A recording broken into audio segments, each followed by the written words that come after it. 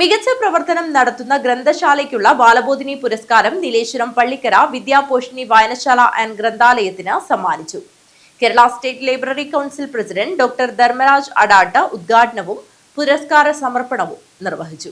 കാസർഗോഡ് ജില്ലയിലെ മികച്ച പ്രവർത്തനം നടത്തുന്ന ഗ്രന്ഥശാലയ്ക്കുള്ള ബാലബോധിനി പുരസ്കാരം നീലേശ്വരം പള്ളിക്കര വിദ്യാപോഷിണി വായനശാല ആൻഡ് ഗ്രന്ഥാലയത്തിന് ഉത്സവാന്തരീക്ഷം നിറഞ്ഞ ചടങ്ങിൽ സമ്മാനിച്ചു. ജില്ലയിൽ സാമൂഹ്യ സേവന രംഗത്ത് ഓരോ വർഷവും മികച്ച പ്രവർത്തനങ്ങൾ നടത്തുന്ന ഗ്രന്ഥാലയത്തിന് അതിയാമ്പൂർ ബാലബോധിനി ഗ്രന്ഥാലയത്തിന്റെ ആഭിമുഖ്യത്തിൽ പരേതരായ KP കുഞ്ഞമ്പു നായരുടെയും P മാണിയമ്മയുടെയും സ്മരണിക്ക് മക്കൾ ഏർപ്പെടുത്തിയ എൻഡോമെന്റ് പ്രകാരമുള്ള 4ാമത് പുരസ്കാരമാണിത്.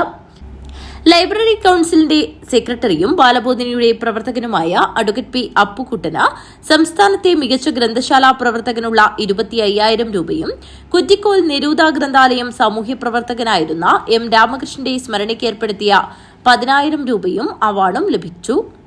ഈ തുകയ്ക്കൊപ്പം 2 ലക്ഷം രൂപ അഡ്വക്കേറ്റ് P അപ്പുക്കുട്ടന്റെ കുടുംബാംഗങ്ങൾ സ്ഥിര നിക്ഷേപമായും ചേർത്തതാണ് ഓരോ വർഷവും 11,111 രൂപയുടെ പുരസ്കാരവും പ്രശസ്തി പത്രവും ട്രോഫിയും സമ്മാനിക്കുന്നത്. Kerala state library council president doctor Dharmaraj Adat ഉദ്ഘാടനവും പുരസ്കാര സമർപ്പണവും നിർവഹിച്ചു.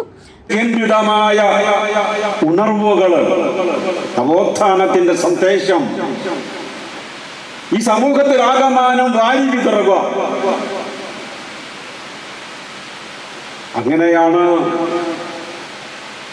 നമുക്ക് മുമ്പുള്ള തലമുറകള് കേരളത്തിലെ ഗ്രന്ഥശാലകൾക്ക് രൂപം നൽകിയതും അതിനെ കർമ്മനിരതമാക്കിയതും.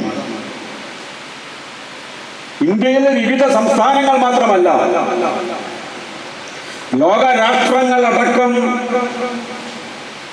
അത്ഭുതാതരങ്ങളോടെ വീക്ഷിക്കുന്ന ഒരു ജനതതി ജീവിക്കുന്ന ഒരു ഭൂപ്രദേശമായി ഈ കേരളത്തെ നമുക്ക് മാറ്റുവാൻ കഴിയും.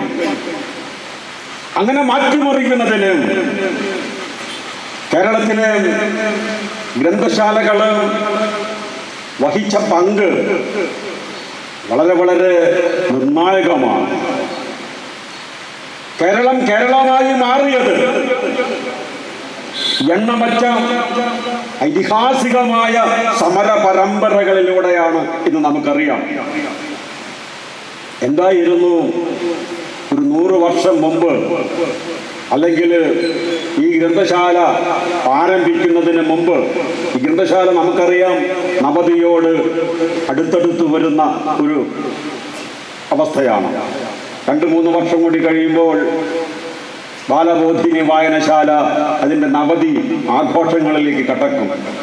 ഒരു 90 വർഷങ്ങൾക്ക് മുമ്പും 100 വർഷങ്ങൾക്ക് മുമ്പും എന്തായിരുന്നു കേരളത്തിൻ്റെ അവസ്ഥ എന്നുള്ളത് ഞാൻ അധികം വിശദീകരിക്കേണ്ട ആവശ്യമില്ല, നമുക്കറിയാം.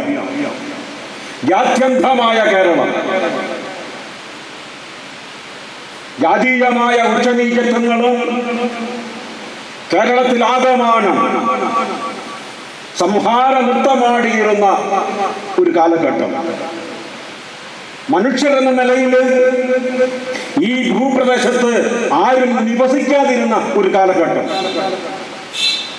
ജാതീയമായ മൃഗതുല്യരായി ജീവിക്കുന്ന ഒരു സമൂഹമായിരുന്നു നമ്മുടെ ഈ കൊച്ചു ഭൂപ്രദേശത്ത് ആ കാലഘട്ടത്തിൽ ഉണ്ടായിരുന്നു. അതിനെക്കുറിച്ച് ഒരുപാട് കവികൾ, കഥാകാരന്മാര്, സാഹിത്യകാരന്മാര് നമ്മോട് പറഞ്ഞിട്ടുണ്ട്. തൊട്ടുകൂടാത്തവർ, തീണ്ടിക്കൂടാത്തവർ, ദൃഷ്ടിയിൽപ്പെട്ടാലും ദോഷമുള്ളവർ, കെട്ടില്ലാത്തവർ, തമ്മിലുണ്ണാത്തവരിങ്ങനെ ഒട്ടല്ലഹോ ജാതിക്കോമരങ്ങൾ. വ്യത്യസ്തമായ ജാതികളിൽ വിശ്വസിക്കുകയും അതാണ് ശരി, അത് മാത്രമാണ് ശരി, അതിനടിസ്ഥാനപ്പെടുത്തിക്കൊണ്ടായിരിക്കണം.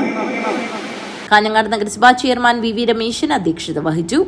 അവാർഡ് നേടിയ ഗ്രന്ഥശാലയെ അഡ്വക്കേറ്റ് P അപ്പുക്കുട്ടൻ പരിചയപ്പെടുത്തി. PVK Panayal, doctor P Prabhakaran, advocate K Rajmohan, M Raghavan, P Venugopalan, N Gopi, M Sethu, PV Vidyalatha, M Pushpalatha, C Sasidharan, KK Narayanan, AK Albert, AK Rasik, N Geetha എന്നിവർ സംസാരിച്ചു. തുടർന്ന് റിതം മ്യൂസിക്കിന്റെ മെഗാ ഹിറ്റ് ഗാനമേള അരങ്ങേറി. News bureau, Kanhangad.